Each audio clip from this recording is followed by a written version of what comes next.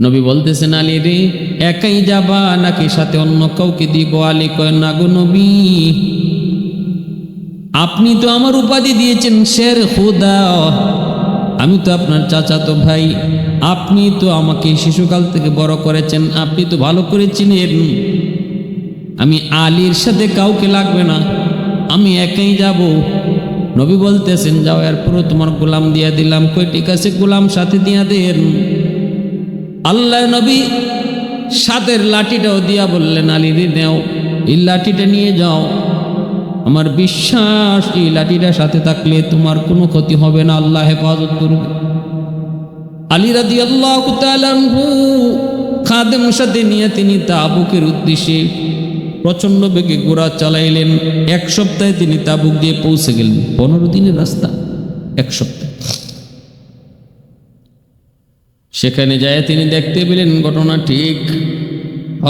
বিশাল সৈন্যবাহিনী দেখা যায় নিচে। কেউ মদ খাওয়ার আসরে ব্যস্ত, কেউ নেশার আসরে ব্যস্ত, কেউ কনসার্টে আসরে ব্যস্ত। নারী লইয়া গান বাদ্য জুম্মার নামাজ পড়ছেন নবীজি। জুম্মার নামাজ মদিনায় সবাই জুম্মার নামাজ পড়ার পর আল্লাহর নবী নামাজের পরের নামাজ সুন্নতগুলি নবীজি পড়তেছেন। সাহাবায়ে কেরাম সুন্নত পড়েন। ওই অবস্থায় 2 জন মানুষ তারা মদিনার মসজিদের দরজায় দাঁড়ায় রইল। কেউ জিজ্ঞেস করে, কে আপনারা, কোত্থেকে এসেছেন? কয়, আমরা ভিন দেশের মানুষ, আমরা নবীর সাথে দেখা করতে চাই। কোথায়? কয়, ভিতরে আমাদের নবী নামাজ পড়ে। সাথে সাথে এই 2 জন লোক, এই 2 জন লোককে নিয়ে আবু বকর সিদ্দিক রাদিয়াল্লাহু তাআলা আনহু আল্লাহর নবী কাছে হাজির হলেন। দ্বীনের নবী, মায়ার নবী জিজ্ঞেস করে, তোমরা কে? এই 2 জন লোক কয়, হুজুর আমরা খ্রিস্টান। কেন এসেছো? কয়, আমরা মদিনায় ব্যবসা করি। বাড়ি কোথায়? কয়, সিরিয়া।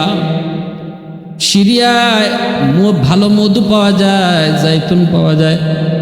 মধু আর জাইতুন আমরা মদিনায় নিয়ে আসি, মদিনার বাজারে মধু বিক্রি করি আর জাইতুন বিক্রি করি। যাবার সময় মদিনার খেজুর নিয়ে আমরা সিরিয়ায় বিক্রি করি। আমরা হলাম মধু ব্যবসায়ী, জাইতুন ব্যবসায়ী। আল্লাহর নবী, রহমতের নবী, তাদের কাছ থেকে খবর পাওয়ার পর নবীজি বলতেছেন, এবার কি তোমরা বলতে চাও কি বলো? হুজুর, সিরিয়া থেকে আসার পথে তাবুক নামক জায়গায় আমরা কিছু সৈন্যবাহিনী দেখে এসেছি। ওরা অপেক্ষা করে কি যেন কার সাথে যুদ্ধ করবে, প্রস্তুতিও নেয়। অনেক বড় বিশাল বাহিনী। আমি তাদেরকে জিজ্ঞেস করলাম, তোমরা কারা? কয়, আমরা রোমান বাহিনী, রোমের বাদশা আমাদেরকে পাঠাইছে। আমরা 40,000, 5,000 আমরা আগে এসেছি, পিছনে আসতেছে 35,000। কি করবা? কয়, মদিনা আক্রমণ করব। কারণ কি? কই, মদিনায় নাকি মক্কা থেকে একজন নবী এসেছে, যে নিজের বাপদাদার ধর্ম মানে না, তার সাথে যুদ্ধ করব, মদিনাকে মাটির সাথে মিশাইয়া দিব। তাই নাকি? বলে হ্যাঁ। এই কথা বলার পর তখন বলতেছে, হুজুর আমরা এই দৃশ্য দেখে এসেছি তাবুকে। এখন যদি আপনি ব্যবস্থা না নেন, হয়তো বা এরা মদিনায় হামলা করে ফেলতে পারে। আল্লাহর নবী, রহমতের নবী এই খবর শোনা মাত্রই জরুরি মিটিং তলব করলেন। নবীজি সাহাবায়ে কেরামের কাছ থেকে পরামর্শ জানতে চাইলেন। সাহাবীরা, আবু বকর সিদ্দিক সহ সবাই পরামর্শ দেন, নবী গো, এই 2 জন লোক হলো, ওরা খ্রিস্টান, অমুসলিম। আর অমুসলিমদের কোনো খবর আল্লাহ পাকের নির্দেশ তদন্ত ছাড়া কখনো গ্রহণ করা যায় না। মুনাফিক বা ফাসিকের খবর তদন্ত ছাড়া কখনো গ্রহণযোগ্য নয়। এজন্য আমার পরামর্শ হলো, আমাদের পক্ষ থেকে কাউকে পাঠান, পাঠিয়ে সেই অবস্থাটা বুঝেন, সত্যি ঘটনাটা এমন নাকি অন্য কিছু, এটাও আমাদের তদন্ত করা প্রয়োজন। না জেনে না বুঝে যদি এমন কিছুই না হয় আর আমরা হামলা করি, তাহলে হিতে বিপরীত হবে। আল্লাহর নবী বলে, সাহাবীরা বলো, আবু বকর যা বলছে তাই কি ঠিক? সবাই বললেন জি ঠিক।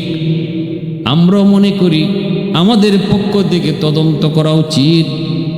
আল্লাহর নবী, রহমতের নবী বলেন, কে আসো এমন, কে আসো এমন 15 দিন সময় লাগবে মক্কা থেকে তাবুক যেতে, গোয়েন্দা রিপোর্ট আনার জন্য কে আসো একটু তাবুক যাবা? সাথে সাথে শেরে খুদা আলী দাঁড়ায় গেলেন আর বলতেছেন, নবী গো, আপনি আমাকে অনুমতি দেন, আমি তাবুক যে খবর নিব, আর আপনি আমার জন্য দোয়া করেন। আপনি দোয়া করলে আমি আশা করি কম সময়ের ভিতরে তাবুক পৌঁছে যাব। নবী বলতেছেন, আলী রে, একাই যাবা নাকি সাথে অন্য কাউকে দিব? আলী কয়, না গো নবী,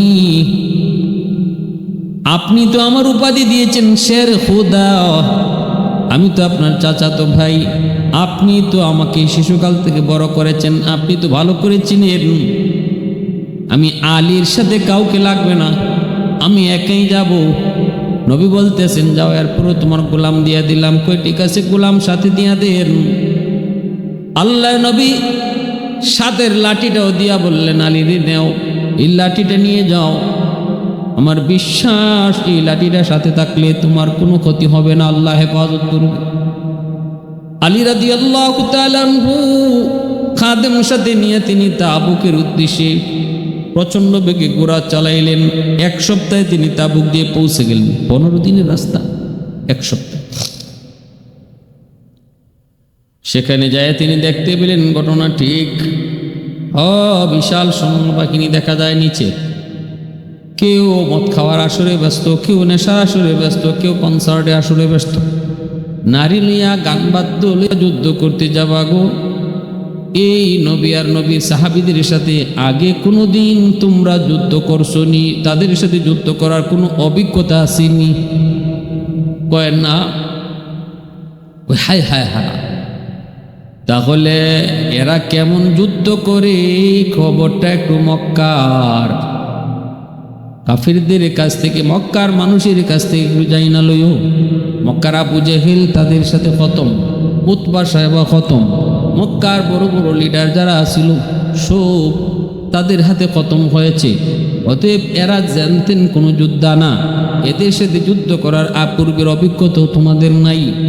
একটু বুঝে শুননা কদম বাড়াইও, বুঝে শুননা কদম বাড়াইও।